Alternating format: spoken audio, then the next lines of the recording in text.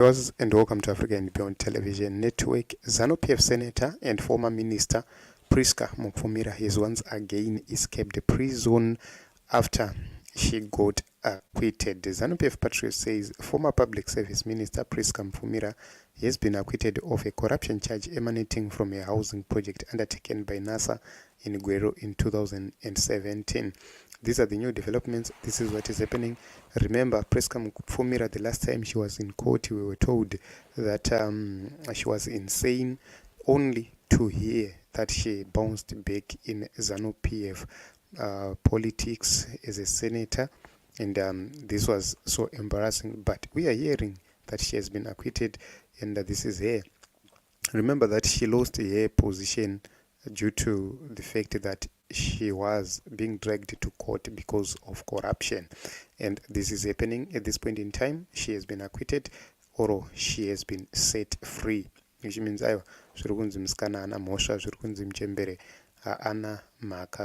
she's good to go, she's free to go. It's becoming more interesting, Team Zimbabwe, as a lot is happening in the nation of Zimbabwe. Ramsey says everyone saw that coming. Catch and release. Can a sound investigating officer gather evidence which can be turned down by a court? Ivo vane vana chacha vokonewa izvozvo zvoga. It's just a technicality, but pano chidembo. So you only get convicted when you are not under grace. Kana uri pasi penyasha dzevakuru hapana zvinoitika kwauri. That is the honest truth, which tichida kuti nyatsotaura chokwadi. The people who are supposed to be behind bars are not behind bars simply because they are politically connected, simply because they are powerful, simply because they are the favorites. And also vanenge vari panze vacho vanenge vakadya nevari mukati, which means the conviction of the one person is tantamount to the conviction of another who is outside.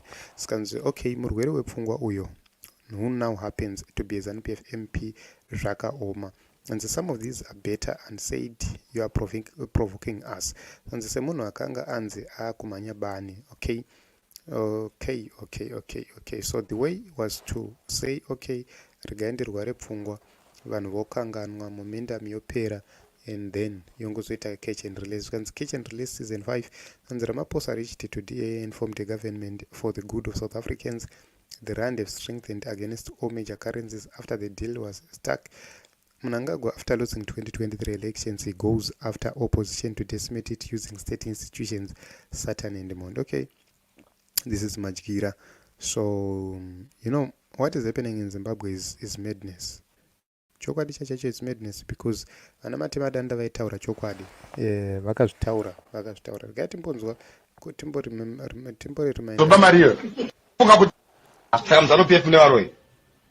Ko kana iwo chiti muchitonga pachishayikwa 15 billion unofunga kuti chi uri kufunga kuti vanhu vekumozambique vakazoba mariyo uri kufunga kuti vanhu vekuchina vekupi.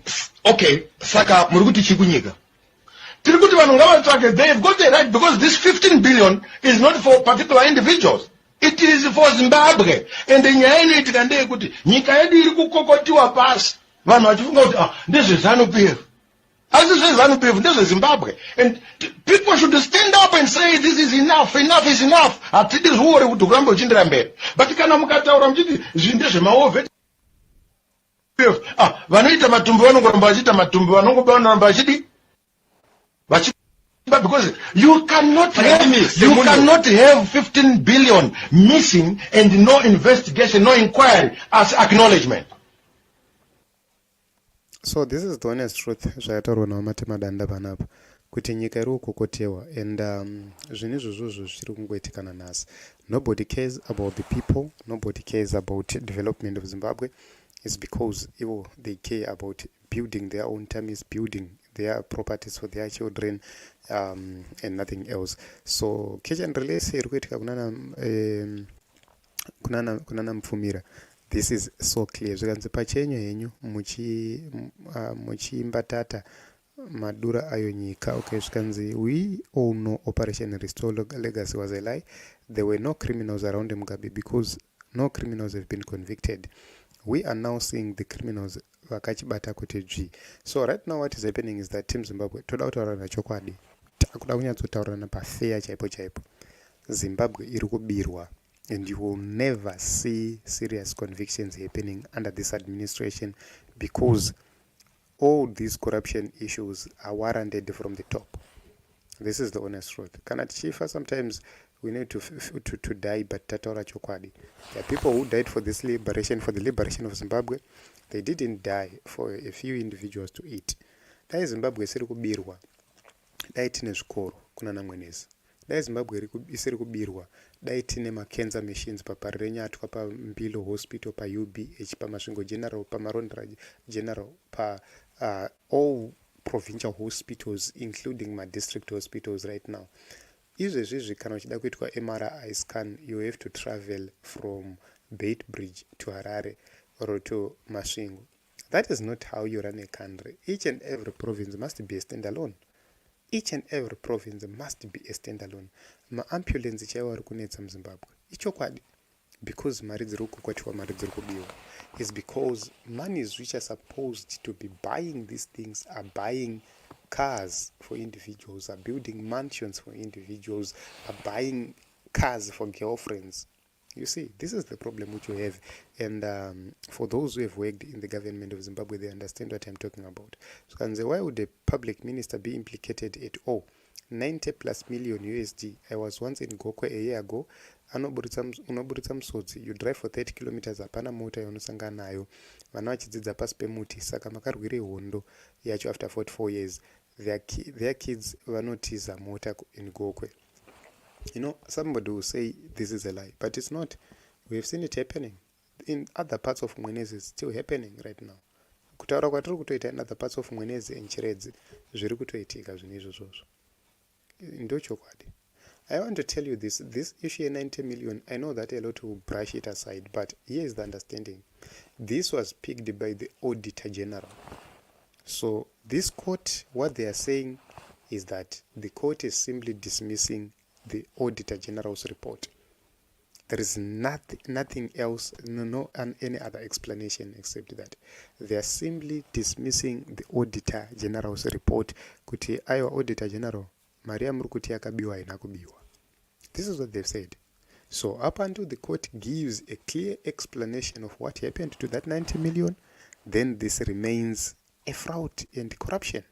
But we know kuti vakuruka havavharirwe, vakuru havasungwe. Laxon Zorbo says it's not like pane anobatwa nemhosva yecorruption kuZANU-PF. We are not fools. Yes, that is the truth. Akubatwe munhu kuZANU-PF. Chivhayo nezvese zvaakataura asati asungwa. Gold mafia nezvese zvarakaburitsa hapana akasungwa. Is because kuZANU-PF club yembavha. But I want to tell you this. We might be weak today. We might be useless today. But God is not weak. God will fight for his people. One day, chokwadi pane chimwe chokwadi chisingarambike, chisingaitike zvese zvamuri kuita izvi, chichabuda pachena. One day, kuchasimuka vamwe vane simba, vachasimudzwa naMwari, who will challenge you and will challenge you for good. So the ZANU-PF will never jail any of their rotten members just to portray themselves as very clean people who don't indulge in corruption. This acquittal is therefore not surprising. Yes, because chakabatwa kunzizvi. So the thieves surrounding the thief, okay, and we knew kuti she will eventually be set free. Kondoma system wacho. So it is what it is in Zimbabwe. We'll continue to have such kind of things happening, but it's a very sad situation. So in conclusion, Priest Mupfumira has been acquitted, and zvikanzi musikana uya wekunzina Auditor General pakabiwa 90 million. Titsananguro kuti yakafamba sei, zvikanzi aiwa musikana hana mhosva, musikana musiye aende zvake. So this is what is happening. This is the issue at this point.